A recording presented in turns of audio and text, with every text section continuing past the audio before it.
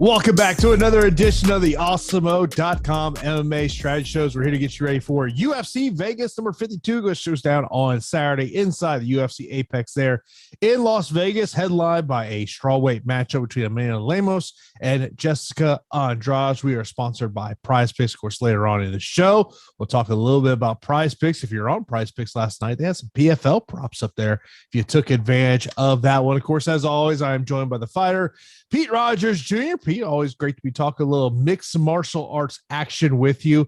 Before we get into the fights, I do want to mention a tweet that we got in a little earlier today. This is just kind of a very generic when it comes to MMA DFS. Was all-nighter saying, how often is stacking the same fight optimal for cash versus GPP? I mean, generally, what I would say about that is, it's going to be more likely it's going to happen in cash as opposed to being optimal. But to me, if I'm looking at stacking a fight, to me, I'm looking at a 5-round fight that I think can go 25 minutes.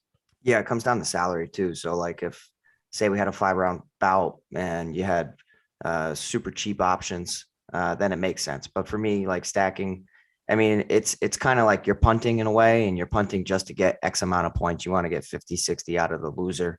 But more often than not, unless there's a 5-round main event, it's just not worth it. Yeah, I mean, you're just talking about, literally you need the type of volume like you saw out of Clay Collard and Jeremy Stevens last night in the PFL main event for that really to come through, where guys are just, they're throwing them bungalows, Pete. That's about the best way to put it. Yeah, absolutely. And of course, you got any questions on the fights, be sure to line those up in chat. Of course, be sure to smash that thumbs up button. Always appreciate that. Of course, you're not subscribed to Awesemo right here on YouTube. Do that. We got a ton of great shows for you each and every day. Of course, come up here later on today. We've got you covered for all of the NBA content out there. Of course, before us was the MLB show. So you got to check out all the coverage we have over there at Awesemo.com. Let's get right into the fights, Pete. Main event. Strawweight matchup, Jessica Andrade taking on Amanda Lemos. Amanda Lemos, 7,300, 8,900 for Jessica Andrade. Kind of my simple thoughts on this fight is, if you tell me this fight ends within 8 minutes, I think you're telling me Amanda Lemos went out there and stopped Jessica Andrade. If you tell me this fight goes 15, 20, 25 minutes, I think it's advantage Jessica Andrade, and potentially Andrade ultimately using her grappling to work her way to some type of victory. Yeah, I think your assessment's fair. And I would agree with saying that, Jessica Andrade is definitely the A side for me. She's had so much experience within the octagon and just fighting the who's who of women's MMA. And, Amanda Lemos is young in her career, but she's not the youngest fighter within the division at all. So, you have a fighter who's somewhat like a late bloomer, and Lemos, her power is just, extremely significant for the division. Like, she hits really, really hard. She has been knocking out some low-level competition, though, Lavinia Souza, Montserrat Ruiz, and the Angela Hill performance is really where I can give her a fair assessment. And I think for round one, she's extremely live to knock out Jessica Andrade, because Andrade marches forward and keeps her chin up in the air a little bit, and her striking defense is not necessarily the best. She bruises forward, and she's willing to crash distance. And anytime you have somebody willing to crash distance, they can run into a shot. And that's where I can definitely see Amanda Lemos knocking out Jessica Andrade. But I really give her like a round, because, if I go back and I look at that Angela Hill performance, I didn't necessarily think that she did enough to win that. Round one was a strong one for Amanda Lemos, but even Angela Hill was having moments of clipping her on the chin. And then in round two, you saw that the zip in her punches wasn't the same.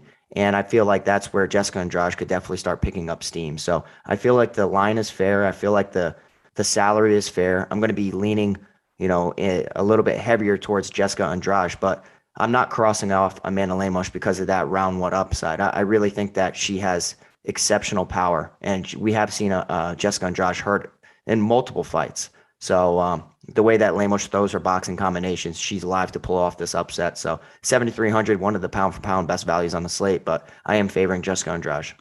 One thing that we will have to pay attention to is tomorrow at the weigh-ins, Jessica Andrade returning to 115 pounds. What does she look like on the scale? Yeah.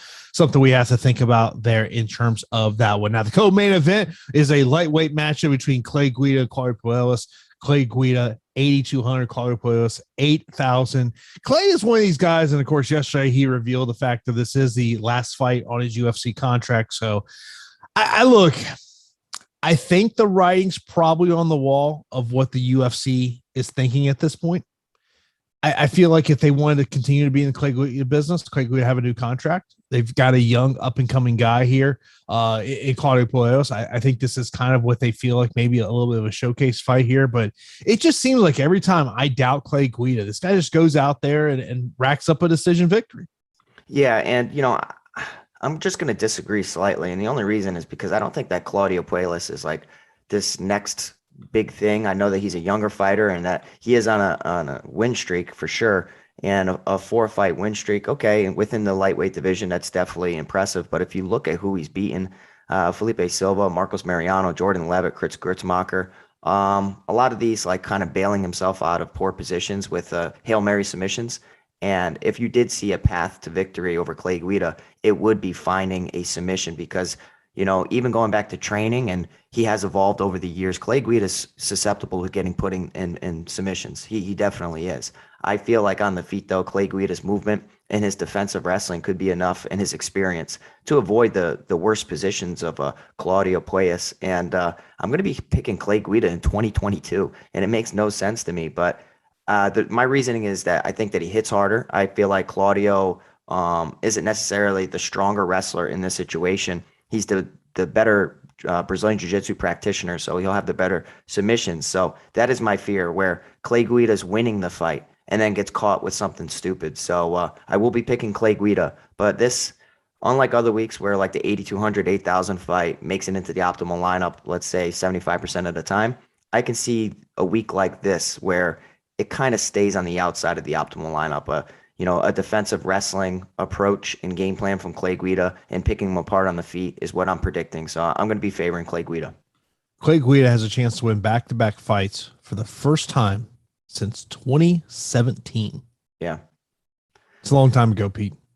Yeah, it is. It is. I mean, look, from a DFS perspective, I don't love this fight for GPPs. I think if you're going to play this, I think it's more of a cash game play just because, look, the way I see a Clay Guida victory coming is that Claudio gets off to a hot start in the first round, and then Clay Guida takes the second and third round. That's where I think this is potentially on the betting side of this equation. I think this could be a live betting situation for Clay Guida, but I don't love this fight for GPPs.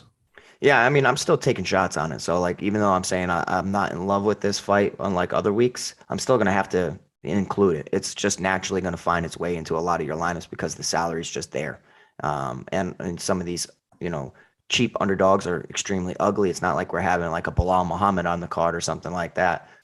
So, yeah, I'm picking Clay Guida to win the fight, but I would love for him to pick up another victory in 2022.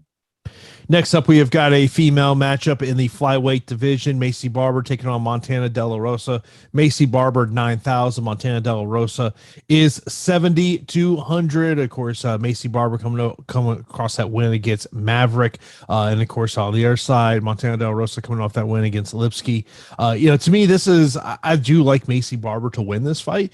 The one concern I do have is if Montana De La Rosa is able to secure a takedown and just keep in top position. That definitely is a little bit of concern of mine. Also, something to note, she trains a Team Alpha Male. Clay Guida training a Team Alpha Male. So if you look at on their Instagrams, they've kind of been side by side in preparations for this one. The price tag is not ideal. Yeah. I mean, it's not 9,000. I wouldn't say is ideal. Macy Barber for me, I'm going to lean in her direction, but anytime we have women's MMA, we see it spoil, lineups a lot. You're expecting a fight to go one way and it seems to be a little bit closer. I can see this being like a nail biter where Macy Barber gets taken down at times. And then it goes the distance and it comes down to effective grappling in control versus damage. And if I'm picking damage, I would say that Macy Barber is probably going to have the more damaging strikes and possibly be able to defend some takedowns and just look like she won the fight and not necessarily one round. So I do have a fear with this matchup where people touting Macy Barber at 9,000, looking at the box scores and saying, wow, she has scored, significantly well, 110 against Hannah Cyphers in her debut. 92 against JJ Aldrich, 105 against Jillian Robertson, hoping that she can replicate that. I mean, all in all, I am picking her to win the fight, but I feel like the odds should be a little bit closer, especially within this division. And I just don't necessarily love her price tag. I like other 9,000 options this week. And we got Romanov on the card. We got, some crazy big favorites. So I'd much rather go in that direction. And I'll be getting to Montana De La Rosa, a part of my GPP long shot pool for sure.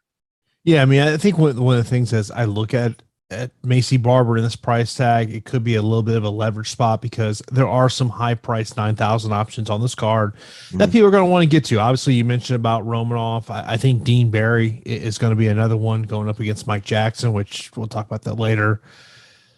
Don't understand why Mike Jackson is getting a UFC fight at this point, but yeah, I'm just baffled by this. Yeah. I mean, but I think there's some other ones, but look, I in terms of an underdog pool, I don't mind getting to Montana Del Rosa, but I think obviously the key is, can she get Macy to her back to get this one to the matchup? Next up, we got a men's flyweight matchup.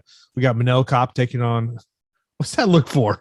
Well, we did have this matchup, and Aaron Bronsteter just tweeted that the Manel Kopp versus Sumur Derji fight has been canceled. Kopp had to withdraw for personal reasons. And that is disappointing because I know that we were both really looking forward to Manel Kopp.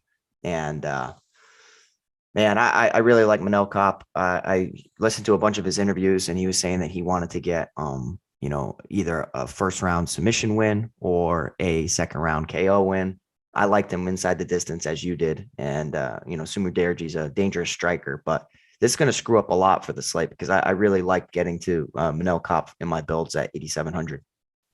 How about that? You just pulling out the breaking news. Look at you monitoring Twitter during the show. Well, I have to give credit to chat. Somebody mentioned it in chat and I confirmed it. And yeah, so whenever you see a reputable source, Aaron Bronster, tweeting it, we know it's legit. Yeah, I just saw Mark Ramondi also tweeted just saying due to personal reasons. Yeah, that was actually one of my favorite places to slate. Anyone who watched our video over on the Odd Shopper channel, that was my money line play of the night. Yeah, that's disappointing. I don't want to see anybody pull out of a fight. I was hoping that maybe like Sue was having a bad weight cut and they'd find a replacement, but it's too short a notice and Manel Kopp having personal reasons, so it ain't happening. All right, let's move on to the next one then. Now we got a heavyweight matchup. Yeah. Alexander Romanov taking on Chase Sherman. Chase Sherman stepped up here just a couple of days' notice, replacing Tanner Boser here. Of course, Chase Sherman was essentially cut from the UFC. Gets a new four-fight deal where he's making good money to step up here. And, I mean, look, if you're in the Sanford MMA camp here, for Chase Sherman, the mindset has got to be is like, look, we know we're going to have to stop takedowns. We know we're going to have to keep this fight on the feet. And to me, if this is not a smash spot for Romanov, to me, it tells me Chase Sherman is able to survive 10 minutes of just fury and he gets a worn down Romanov in round 3.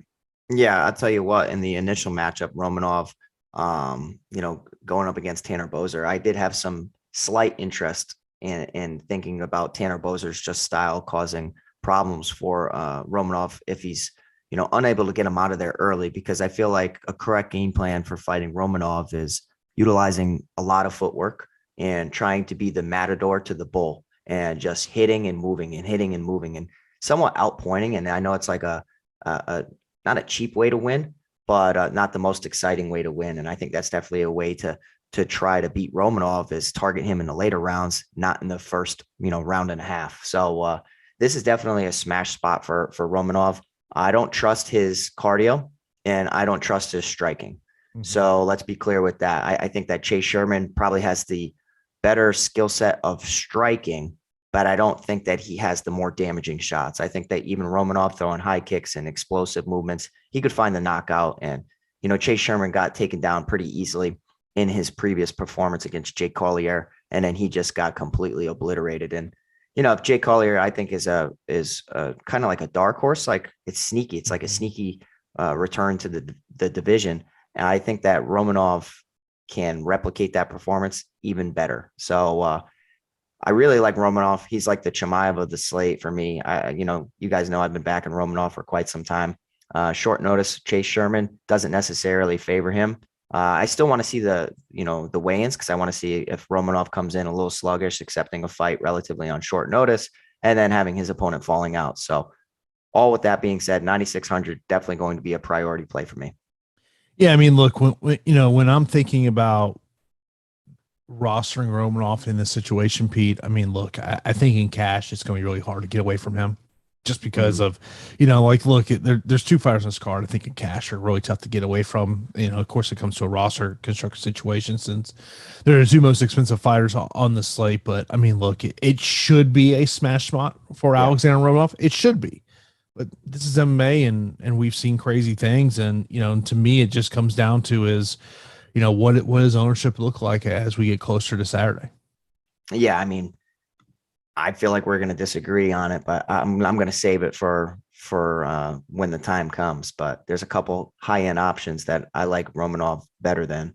And it all comes down to just performing in the cage. And like Chase Sherman coming from a strong camp, if he gets back to his feet, that's just points galore. But I think that Romanov round one makes a ton of sense. Of course, this is the Awesemo MMA strategy shows we're getting you ready for. UFC Vegas number 52, which goes down on Saturday. Get access to all the great Awesemo Plus tools and content for nearly every DFS sports out there with an Awesemo Plus weekly pass for $29.95. This gives you full access to all the premium content tools on Awesemo.com, including player projections, ownership projections, lineup builder, and so much more. Of course, if you're just looking to play MMA DFS, you can sign up for an Awesemo Plus MMA package. Those start as low as $2.95 weekly. I'll tell you, when it comes to our MMA package, that Top Fire tool is the go-to tool for me. And of course, note that Fantasy Cruncher is an add-on and can easily be added with these packages at checkout, but are not included in our base packages. Stop guessing, start winning. Join Awesemo Plus today. And definitely highly recommend adding Fantasy Cruncher, especially if you are going to play multi-entries, as that is something that I like to love. For me, it's about playing those 20 maxes and also playing in those multiplier contests or some of the big contests I want to get into. Is nice every morning waking up and from the NASCAR slate thinking I didn't cash at all, and then I look at my phone the next morning, I'm like, whoa, that's a nice little surprise. Wasn't expecting when you have one of your drivers wreck out, you don't expect cash. You just don't. But it kind of helps when you have some of the highest other scores a part of the slate. Let's move on to the next matchup. It is a matchup between Lando Veneta and Charles Jourdain. This is actually, in terms of, obviously we got a ton of fights over the next couple of days. This is one of the more, I think, stylistically could be one of the more fun fights of the weekend. Veneta and Jourdain. Jourdain 8,500, but that is 7,700. And of course, if you watch the Odd Shopper video, you already kind of know way Pete views this one. Yeah, so I mean, I was kind of surprised when I saw the odds, to be honest. I think that I'm going to be taking a shot on Lando Veneta. I really think that he has the striking skill set to compete on the feet, if not excel. I do worry about him taking damage at times. I do think that Charles Jourdain shells up and takes damage as well. And I feel like the difference maker in a matchup like this in the smaller cage could be the wrestling. And Lando Veneta is definitely the exceptional wrestler and grappler in a situation like this. So 7,700, man, I really like Lando Veneta.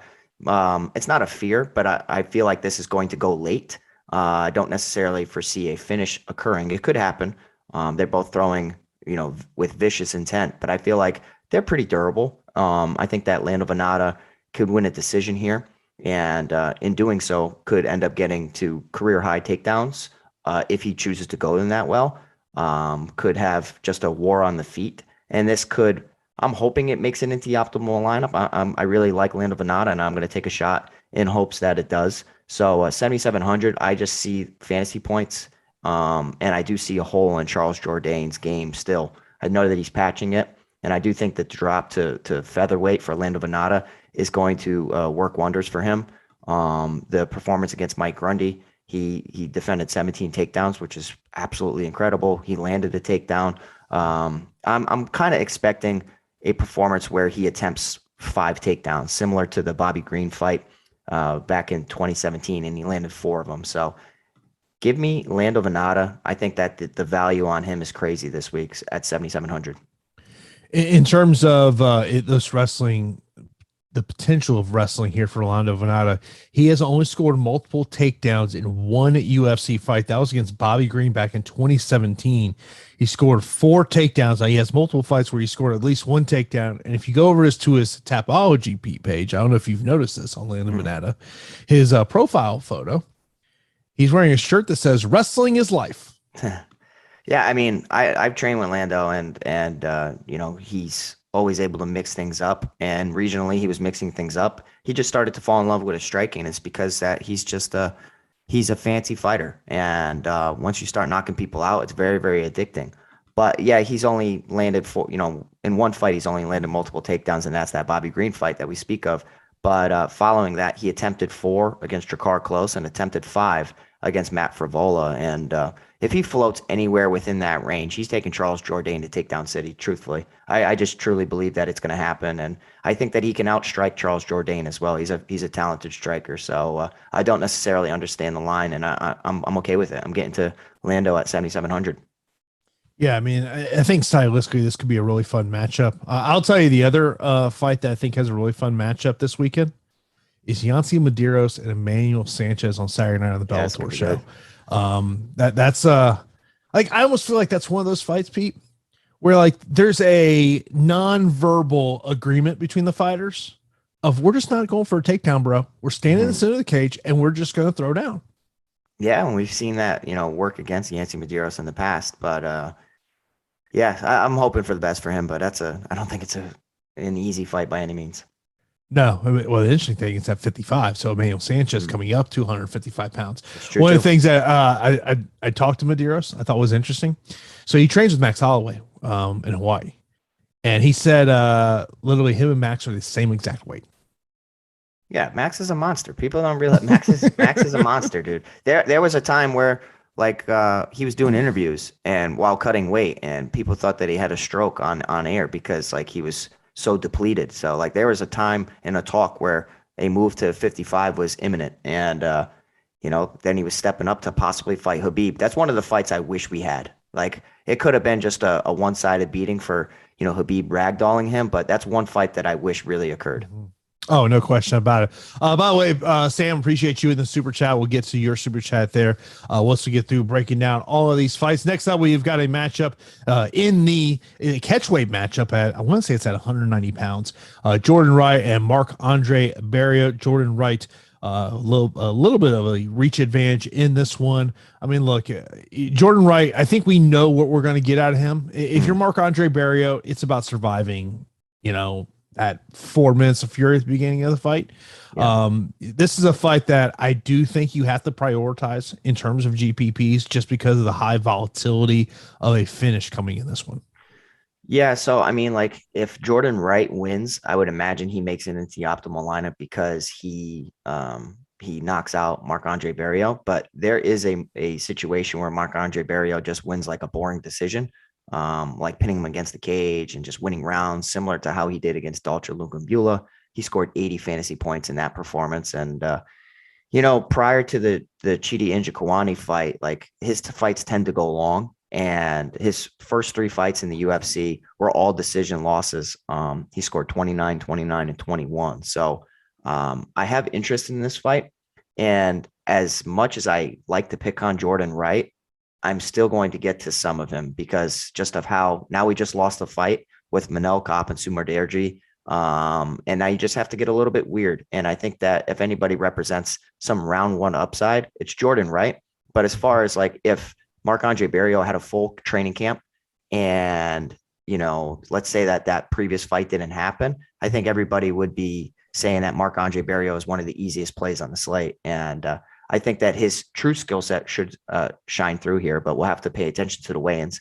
I am picking Marc-Andre Barriault, but as far as like GPPs, you'd be a fool to not include Jordan Wright in your long shot pool. I don't think the kid's all that good. I think that he's very, very chinny, but offensively, he could somewhat replicate what Chidi Njokuani did. And, he's dangerous, and he has that full Muay Thai type of striking arsenal that could put anybody out. So as much as I like picking on the kid, I'm going to lean towards Marc-Andre Barriault, but include them both. Yeah, I mean, look, it's one of these things. If Jordan Wright, you got, if you're playing multi entries, you got to take a flyer on him, because if he does win, he'll be optimal, because we just know the way his fighting style is. But I think for Marc Andre, who I do like to win this matchup, I think it's just about weathering that storm, grinding his way, and ultimately working his way to a decision. Next up, we got a matchup of Grant and Sergey. Of course, the big thing with Sergey, the fact that this is his first fight since November 9th, 2019, which was a decision loss against Rustam Khabilov. So it has been a long time since he's been inside the octagon. And of course, taking on Dwight Grant here, who is coming off a split decision loss back in October of last year against Francisco Trinaldo. Yeah, I mean, like, you can't hang your head at losing to Rustam Khabilov. I mean, he's ragdolled so many opponents within the UFC, and people that aren't too familiar with him, I think that, just seeing him coming off a loss and the layoff are going to make people not want to target him. But Sergey has actually been putting some time in over at Extreme Couture for this camp as well, and I like seeing that when I went on to social media. Dwight Grant, interesting character, hits really hard. I think that he's more of a one-trick pony, and he needs to land that big one shot, and it's primarily with his hands, where I think that Sergey Kondoshko can mix things up with his kicks, and his kicks might be the difference maker in a striking bout like this. Dwight Grant can land takedowns. He's landed 3 in the UFC, 1 in his debut against Zach Otto, 1 against Stefan Sekulic, and 1 against Francisco Trinaldo. But for the majority of it, it's just like inaccurate shots. Like, he threw 133 against Trinaldo, landed only 31, threw 155 at Sekulic, landed only 49. I just feel like if this is a striking bout on the feet, Kondoshko will probably have the superior edge. He has the more fights. He has the experience. I'm not necessarily like in love with him, with his promise within the division. I don't think that he's all that special, but I feel like he should do enough to win this bout. But 7,900, these high end underdogs tend to be in close fights, but I feel like Kondoshko's got this one.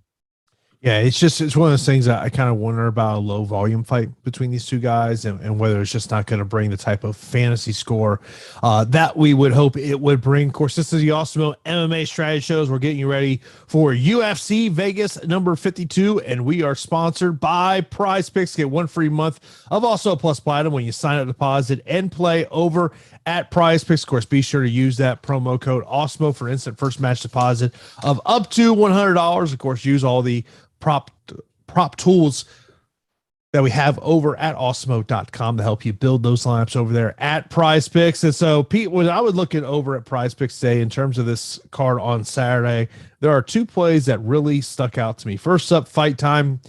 Dean Barry, 7.5 fight minutes. I'm just going to take the under. I just don't think Mike Jackson survives for 8 minutes. Okay. Yeah, I mean, I was doing a lot of tape study for Dean Barry, and coming from a similar background that I have, a point karate background, fights can get stretched out. I didn't necessarily like what I saw from Mike Jackson from like a striking defense type of situation in either one of his fights. If he gets hit with a big shot, he doesn't necessarily respond all that well. But if it's on the feet, that's where he wants it. So I'm a little torn on it. I think that you're a little bit more bullish on Dean Barry to get a finish. I think that Dean Barry to win is almost like a definite. But as far as a finish at that price, at that time, 7.5, I don't know. I might just defer to you. It's all about betting against Mike Jackson. Okay. Look, Mike's a nice guy. I don't think he should be.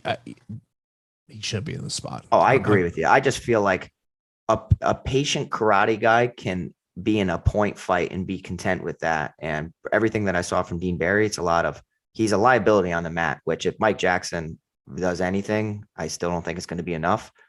Dean Barry's going to win the fight. It's just that time, 7.5 is a little tricky to me. Takedowns, Clay Guida 1.5. I like the over there. Yeah, I like the over there too, buddy.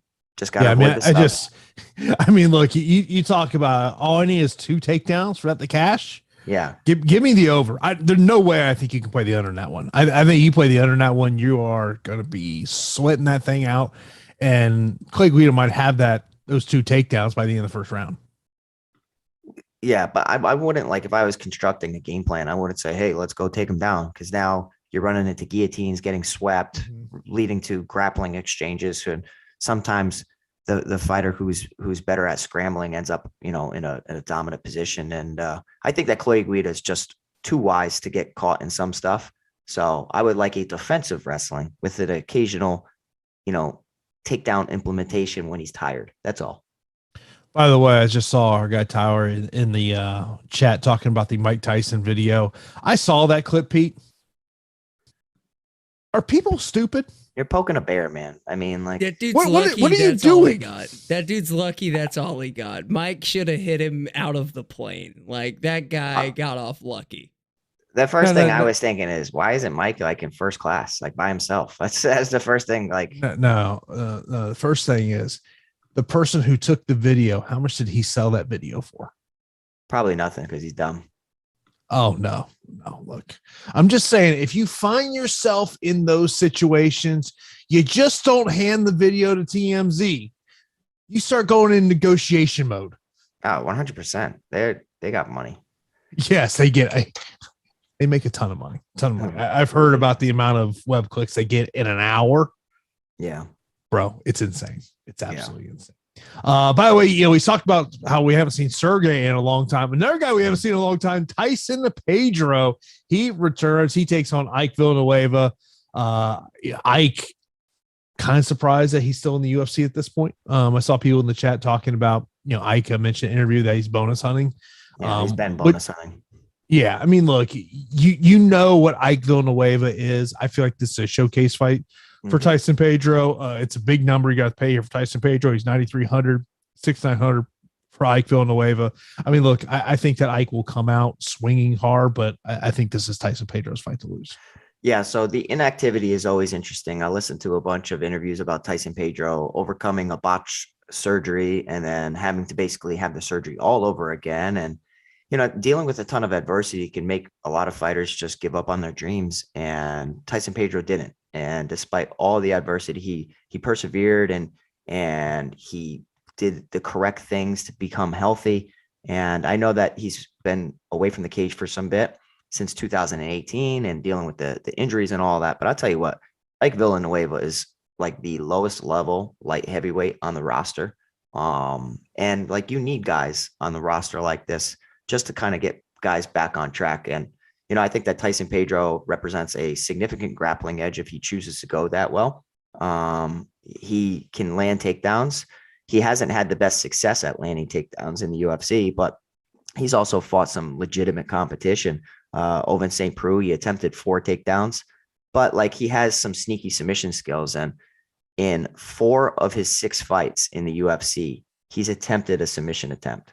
So like if a situation occurs where it's like a club and sub, he hurts Villanueva on the feet, follows him to the mat, I'm pretty confident he's going to get him out of there one way or another. Tyson Pedro is my second favorite 9,000 option on the slate. I just like what I've seen. I like what I heard in interviews. I actually think that him getting a knockout against Ike Villanueva wouldn't be the craziest thing. 1 takedown into ground and pound, I think, and that's all she wrote. I mean, you talk about Ike Villanueva losing to Chase Sherman back in 2020 via KO, then to Jordan Wright by TKO, and now most recently 2 TKO losses to Pragnio and Negu Mariano. I mean, the writing's on the wall. Tyson Pedro should win this fight all day long. The only thing is if his gas tank is just not up to par and he gasses himself out, but you can't really, put weight into that. That would be like a small sprinkle for some of your lineups. So it's a Tyson Pedro smash spot, and I'm all about it at 9,300. Yeah, I mean, to me, this is going to be an under 1.5 rounds type fight. Either way, I don't see this fight lasting very long. You just wanted to. Just going to pull up here. What is the under 1.5 here? Yeah, the under 1.5 is -170. So I think it kind of tells you the way the sports books kind of see this one going. To me, it's all about Tyson Pedro in terms of this is all about him. And I would expect that if he gets to win, this will be the last time we see Ike in the UFC. I actually, you mentioned about one of your favorite 9,000 fighters. I thought Awori Lang might be one of those your favorite 9,000 fighters taking on Cameron Else here. 9,100 for Awori Lang and 7,100 for Cameron Else. Yeah, I really like Awori Lang here too. At 9,100, I definitely think that he can go out there and have a showing. And you're starting to see this wave of fighters coming from Fight Ready, and dealing with high level training partners on a day-to-day basis, training with the Korean Zombie, Eddie Cha, like all these guys, like they got it all. They have significant wrestling classes, which is something that a lot of, Asian fighters that have gone over to Fight Ready, that's what they're looking for, is trying to round out their wrestling. And just that camp in general, it's just like they have good cardio, they have good striking because of Eddie Cha, they got Cejudo and all the, it's just a very, very strong gym. So I like Richie Lang here at 9,100. Cameron Else, going to be a big guy for the division, but I feel like he could actually get taken out of there. He was pretty much dominated in the Kyler Phillips bout. He's bounced around from camp to camp, Vegas and working with Cowboy Cerrone and all that. So he hits really hard. And that would be like my only concern in a matchup like this against a Richie Lang, is if he just hits him with the shot and ends up knocking him out. Richie Lang, losing to Cody Durden was largely due to getting taken down and controlled. I don't necessarily see that game plan for Cameron Else. I think that Cameron Else is going to want to stand and bang, maybe look to find a submission, but I think that a Richie Lang is just going to go out here and put a stamp on this performance. And 9,100, it looks like a really good spot to me, to be honest. Yeah, I mean, I think if you're looking to pivot off some of the other 9,000 options, I think he's one of those options to put out there. Speaking of that Fight Ready team, Eric Albercion is another one. He's been with Henry Cejudo the longest. Him and Henry worked together back in the Olympic Training Center, and just kind of give you an idea. That Fight Ready team with Eric Albercion, they were the team that helped put together that game plan for Patricio Pitbull to beat AJ McKee in the rematch. I mean, it's a super talented team there. What are you shaking your head for? No, you're right. I'm just shaking my head because I put money on the guy who just won $1 million and then just got too comfortable. And I was telling you mean when his father tells him he's up 4-0, and I think everyone watching that went, yeah. I mean, what fight is he watching? I was talking to Bree last night because we were watching PFL, and I had a great night, betting on PFL. It's just like sometimes betting on fighters who have won a large amount of money, especially for PFL, like the $1 million contracts. And I don't know, man, it's just that hunger. They already got money. Sometimes it's good to take a shot in the dog in a spot like that, where they're really trying to grind to the top. You get fed, you get a fat belly, you're good. And sometimes people take their foot off the gas pedal, and perhaps that was a reason behind the McKee performance, but I thought he looked awful. Oh, so you found a way to play the PFL? I did. Yes, I did. I sure did. And thankfully it came through. So, I know one sports book that wasn't offering them.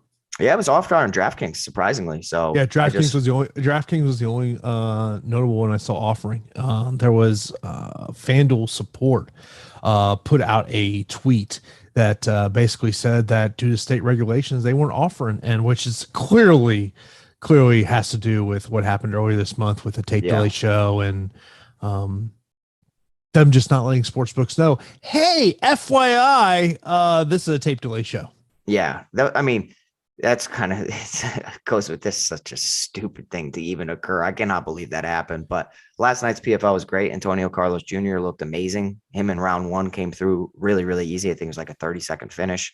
House Monfio actually ended up coming through for me, but he dropped the first 2 frames and then bailed himself out with a 3rd round knockout, which, I wasn't complaining because I've had that happen to me plenty of times where I would be a Don Madge backer or something like that and then lose in the final frame. But I'll tell you that the Nathan Schultz, Olivier Aubin-Mercier fight, that was a case where you have OAM just going out there and executing a great game plan against a guy who's, won a ton in PFL.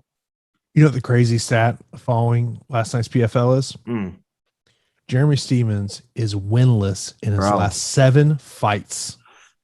Exciting fire to watch.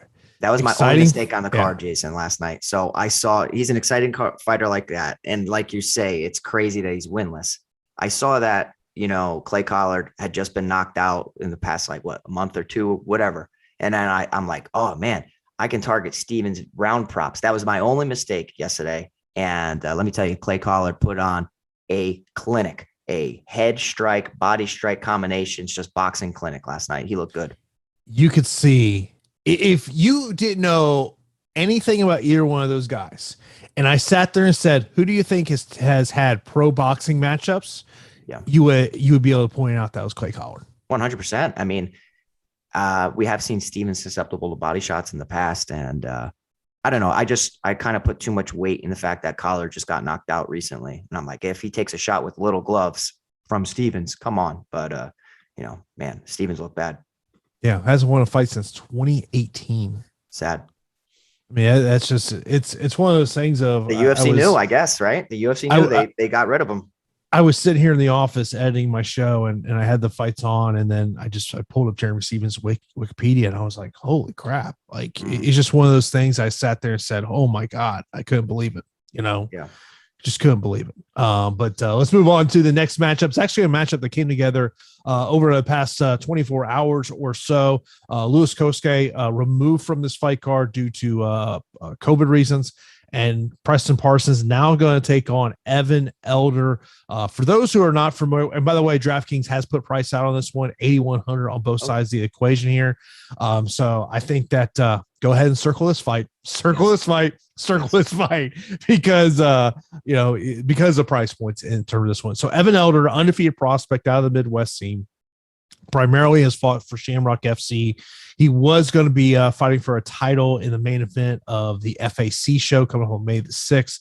That is James Krause's promotion. Trains down at Sanford MMA. I know one of the guys that he trains with on the regular, Garrett Armfield. I'm actually talking to Garrett tomorrow. They have been basically training side by side together to get ready for their upcoming matchups. Now, the one thing about this is at 170. Evan Elder is a 55er. Ooh, yeah. So I didn't realize that we had pricing for that. And that makes a ton of sense now in a week where that 8,200, 8,000 fight is somewhat of a dud. This pivot, the natural pivot, could be to this 8,100 fight between Preston Parsons and Evan Elder, because I think that they're both pretty talented, to be honest. Preston Parsons didn't necessarily look good in his debut, but that was against, a very, very dangerous opponent. And Daniel Rodriguez is no joke. I think that he hits really hard. He has good, defensive grappling and very good submission skills. So I'll tell you that Preston Parsons was kind of screwed anywhere that he wanted the fight to go, because he was outstruck on the feet and followed up to the ground and TKO'd in round one. Now, Preston Parsons blends his striking into his takedowns really, really well. It's actually quite impressive because it's not the easiest thing to do. And whenever you see a fighter that can do that, blending the hands into the takedowns and, just confusing their opposition, it's interesting, because we have seen Evan Elder on the regional scene get taken down and out scrambled in some situations. But, he's 7-0, he's undefeated, but with an undefeated record means that you haven't necessarily either been amazing and like you're a crazy prospect, or you've been somewhat hand-fed matchups and haven't had to deal with so much adversity. And I think that the truth lies somewhere in the middle between that, because I think that Evan Elder is pretty skilled and surrounded with so much talent at Sanford MMA. I'm going to be split on this pick, and because it's a last minute decision, a last minute fight from both guys, it's tough to really get a confident read on either one. But I will be leaning with Preston Parsons from what I have seen. I've seen a little bit more from him and putting together all skills. I think that he might be the better grappler in a situation like this. But 8,100, you'd be a fool to X out either one of these fighters, to be honest. If you tell me this fight plays out on the feet, I like Evan Elder. If you tell me that Preston Parsons can be the better martial artist and blend everything together, that do things Preston Parsons. But this is one of those fights, because of the price point, I just think it's going to be a very tough fight to avoid, whether we're talking GPPs or cash. Yeah, I can't wait to construct lineups now that we have that those salaries, because I feel like I'm just naturally going to get to a ton of it. And we'll have to see how ownership plays out. But I think that this is going to be a fantasy darling type of matchup.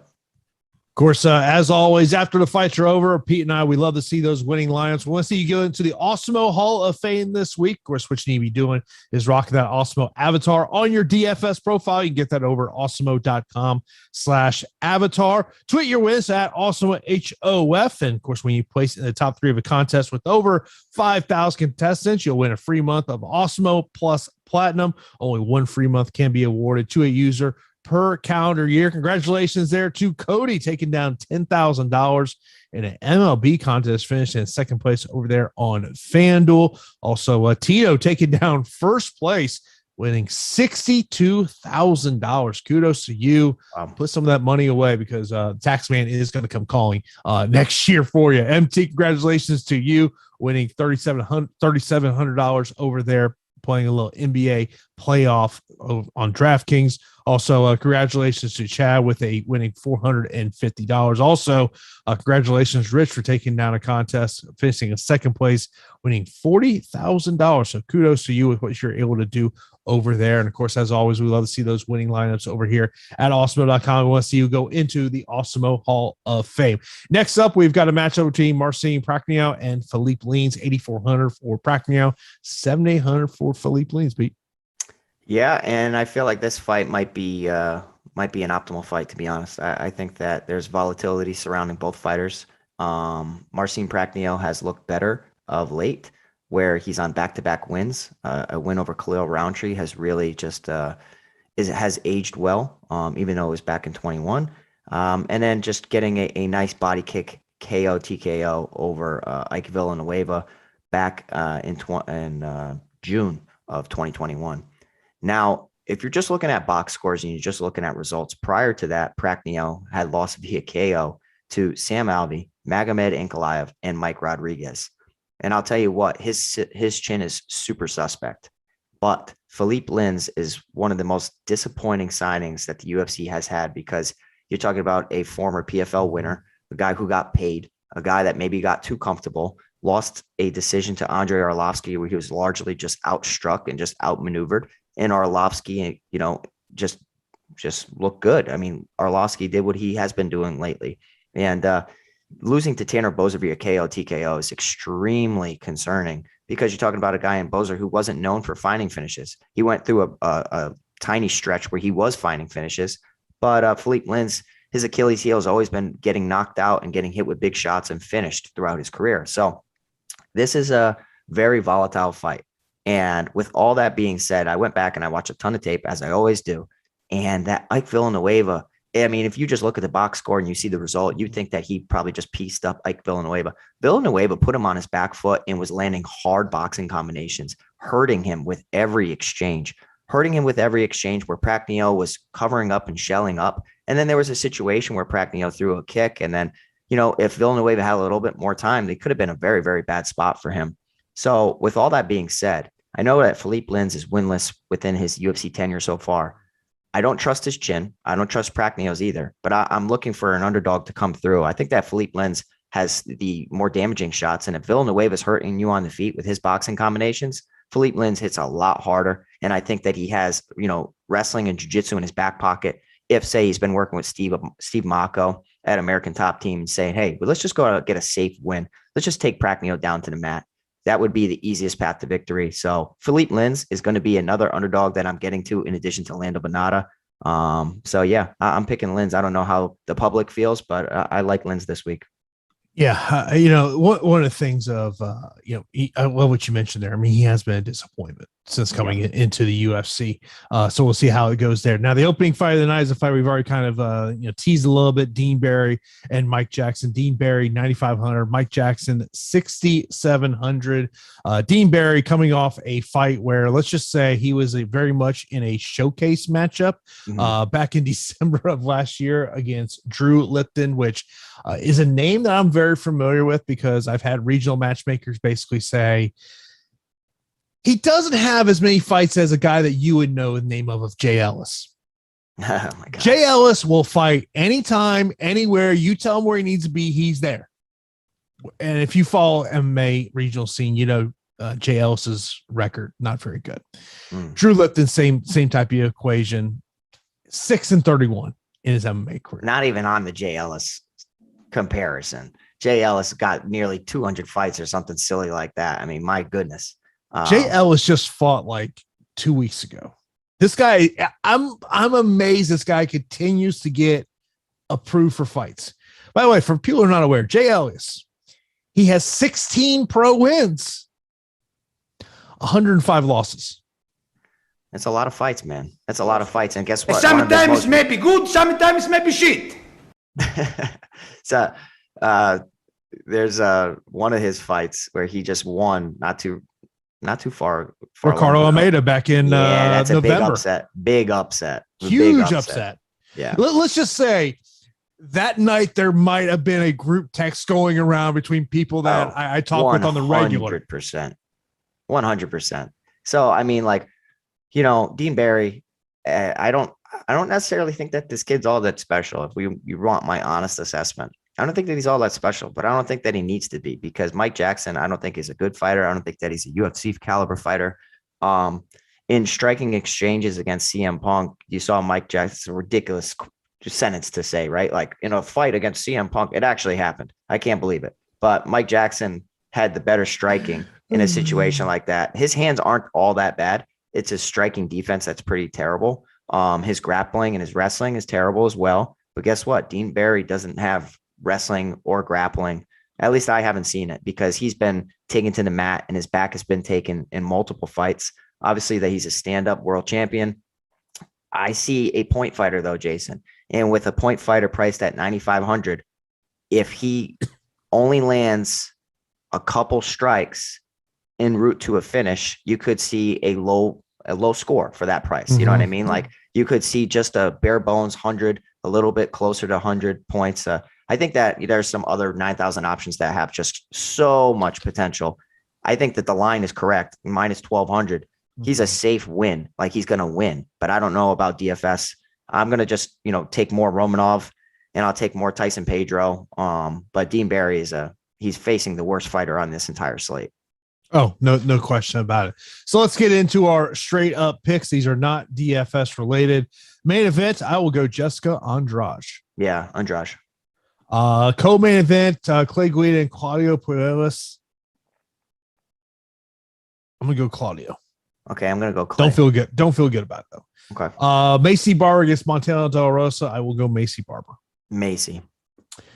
I don't even think I have to ask you. Romanov over Sherman. Yep. I don't even have to ask you because I already know the answer to this one. Lando Veneta. Yes. I will go Marc-Andre Barrios against Jordan Wright. Same. Don't feel good about it though. Give me Sergey against Grant. Yeah, Sergey. Tyson Pedro against Villanueva. Yep. I like Lang against Else. Same. I will go Evan Elder. Okay, I'm going Preston Parsons. I'll go Philippe Leans and a little bit of an upset there. Yeah, let's go Leans. And then Dean Barry, no question. Dean Barry. Samuel, appreciate you in the super chat with his usual questions here. Top 2 cash.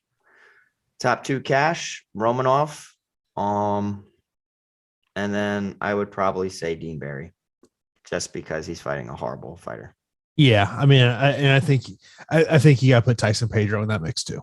I would, but I'd say, like, if cash, you just want safety, like Villanueva upset would shock me less than a Dean Barry losing. You know what I mean? Top 2 GPPs. I got to put Romanov up there just because of the takedown ability. Yeah, I really like Romanov.